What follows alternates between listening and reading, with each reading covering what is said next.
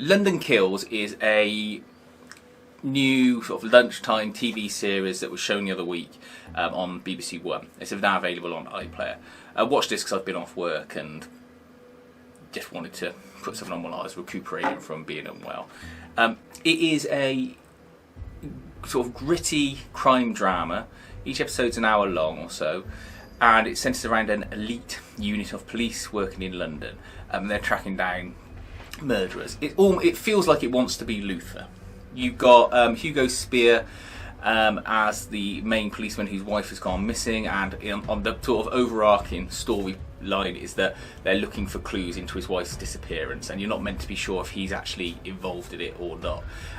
But it's almost like he ticks every cliche for that kind of policeman. You know, he's always dishevelled, he looks a mess, he speaks gruffly like, oh yeah, you know. And he's got a dark past. The trouble with this is that it feels like cliche bingo. You're watching it and you think, why is this on at lunchtime on BBC One when people are normally watching shows about vicars solving crimes and things like that? It just doesn't fit. It's shot well. It's got a cool name, London Kills, really cool name for a show. And if it was on at night and they could be more graphic and violent with it, I think it'd probably work. But this is just weak. It just ticks cliche boxes and it feels like it's got very, very poor writing. And I appreciate there might be budgetary constraints, but there's things like this elite unit keep missing clues. They never seem to follow rules to any level that makes you think they're actually operating in the real world, and they're just not very good. I mean, they keep letting murderers slip through their fingers.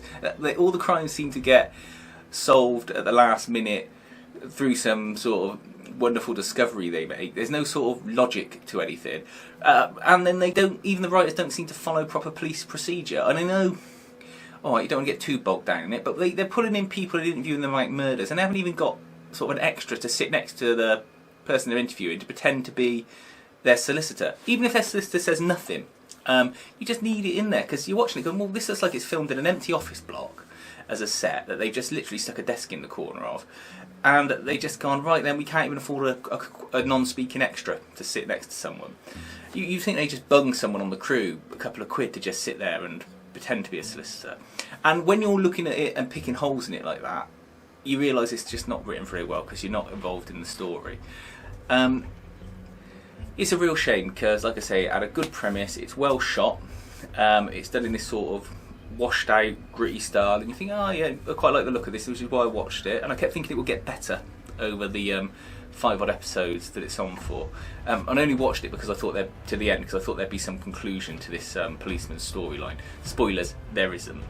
It turns out that the one policewoman on their elite squad decides to start going out with a witness who was involved in one of their crimes, and then covers up the fact that she was involved with the wife's disappearance because she's got a handbag.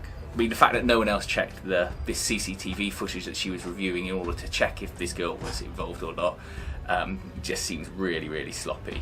Because they get a full picture of this girl's face in the last episode. You think, well, why on earth did no one else pick this up? And all the other girl that was involved with her has got is a picture of the back of her head. It just doesn't seem right.